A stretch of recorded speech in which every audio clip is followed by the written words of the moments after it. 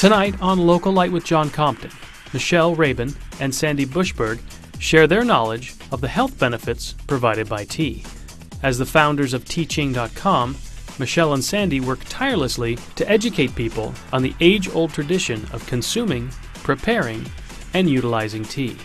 That's all coming up on Localite.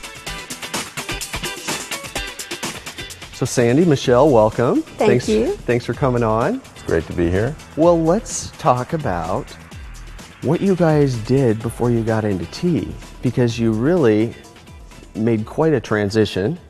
And how did that transition come about? I mean, you both were psychologists. Sandy, you're still working as a psychologist part-time, but what was the story behind why you got into tea? What happened? Okay, well, for the last maybe 10 years prior to moving, Sandy and I were always on every vacation looking to see where would be a great place to have the next chapter of our lives.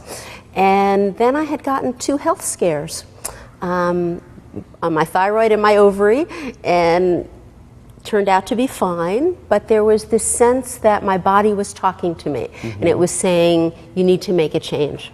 So at that point, we really made a decision that it was time to leave New Jersey, where we had pretty much grown up and spent most of our lives.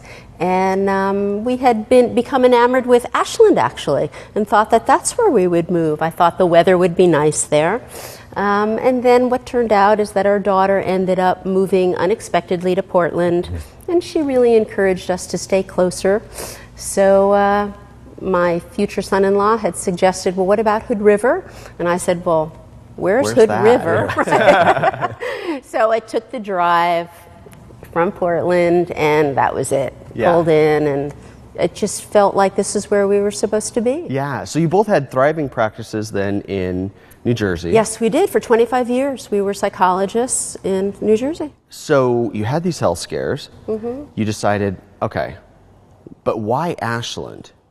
Well, we were looking for a place that we thought would be a little alternative, so to speak. Sandy's also an herbalist. We wanted to lower our costs. You know, New Jersey is very expensive. We went from, for example, our property taxes were $24,000 in New Jersey, and they were $2,400 in Oregon. Yeah, well, that's a nice incentive to move. Yes, it was. So, you know, if we were going to pare down our lifestyle, we knew we really had to pare everything down, from the big house in New Jersey to the comfortable smaller house in Hood River. You know, we had certain criteria that we were looking at: better climate, more of an alternative kind of a community, natural beauty.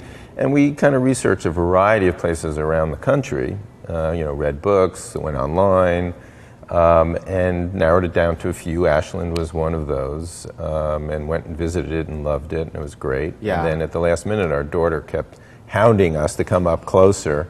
And when we couldn't find anything in Portland, our son-in-law said, yeah, you should check out Hood River. And that's how we wound up here in Hood River by accident. By accident. Yeah. Well, it's a great place to end up by accident. It certainly is wonderful. We absolutely love it. And how long ago was that? 7 years ago. 7 years ago. So when you had the health scares, that also kind of exposed you to some of your habits, if I can put them that way, which I understand you drank quite a bit of Coke. Yes, I was addicted to Coca-Cola. And, you know, it was a big joke because one of the specialty areas was substance abuse as a psychologist. And I used to say, well, if my biggest addiction problem is Coke, We got then nothing I'm to worry Coca-Cola, about. then I'm doing okay. But what I've come to learn is that Coca-Cola is really very bad. And Sandy's an herbalist, so I thought, you know what, let me see if I can't make a healthier switch. So I had heard about green tea, and I went into Chinatown, picked me up some green tea, and brought it home. And as the wife of a good herbalist, I boiled it and steeped it for 5 minutes, and then it was literally undrinkable. And it almost stopped me in my tracks from drinking green tea. And then I became educated about green tea, and I realized that this is a wonderful beverage. If you brew it properly, it's sweet, it's delicious. I believe it to be the healthiest beverage that there is on the planet. Really? Yeah, one of our early guest contributors, Dr. John Weisberger, he was one of the founders of the National Institute of Health. He believes that green tea is healthier than fruits and vegetables.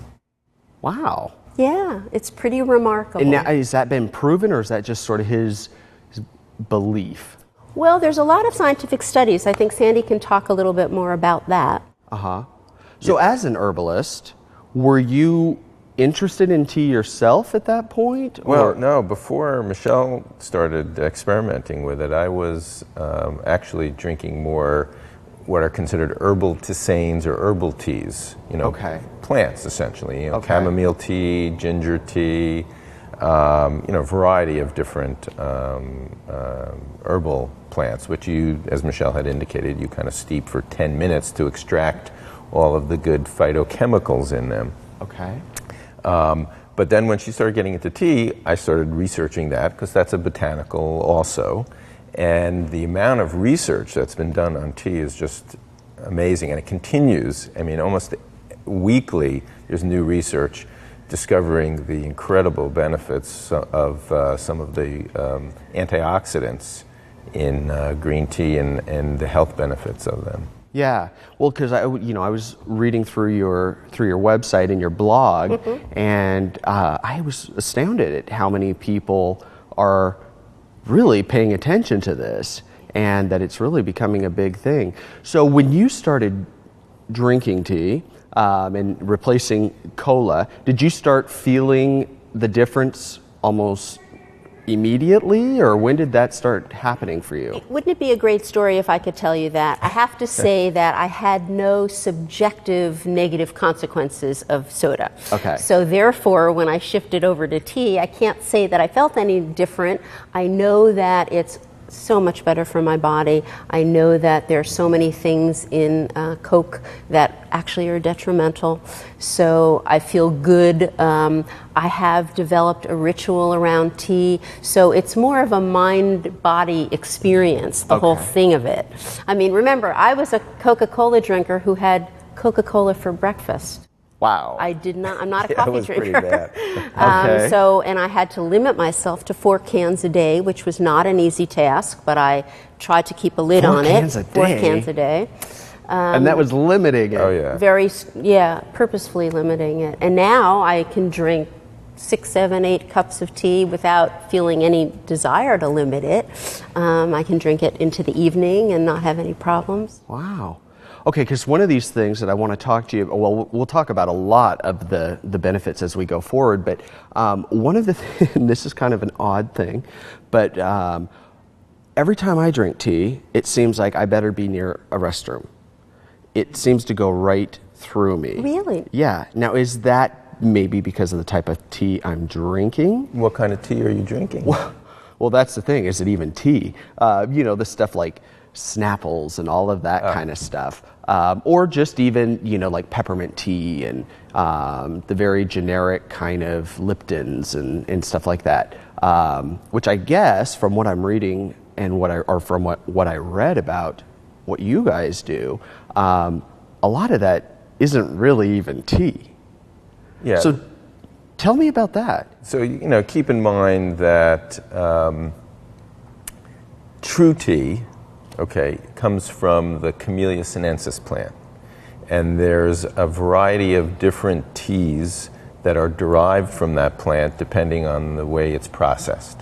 So multiple teas come from the same plant. So white tea, green tea, oolong, black tea, and pu'er are the major teas that are made, and they're processed differently. And that's what creates, and they have different tastes. But, I mean, there's probably close to 4,000 varietals of tea, different clonal. There's so many that they can't even keep track of at this point. And you add the climatic conditions, the elevation, the soil, the area. There's something that's called terroir, which is and you can get it anywhere. You eat meat from the Northwest that's raised on grass versus grain, whatever. There's different flavors or what have you. So all these teas have different subtle and not so subtle qualities to them. and they have different. So, in terms of that's true, considered true tea. Okay. Herbal teas, which have been around for a long time, are considered tisanes, and that's just, it's different. It's a much larger variety. As you said, there's peppermint, there's chamomile, rooibos is a new popular one that comes out of Africa, honeybush, which is very similar, and they have health benefits too. They have antioxidants. All plants provide antioxidants.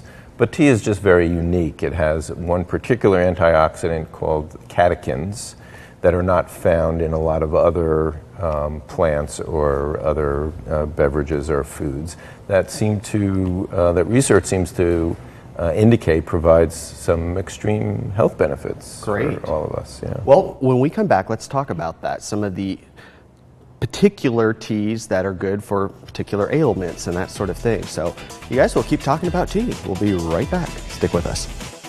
Up next, there's very few things that can cure anything. Teas are really wonderful in terms of being supportive in terms of your health and preventative.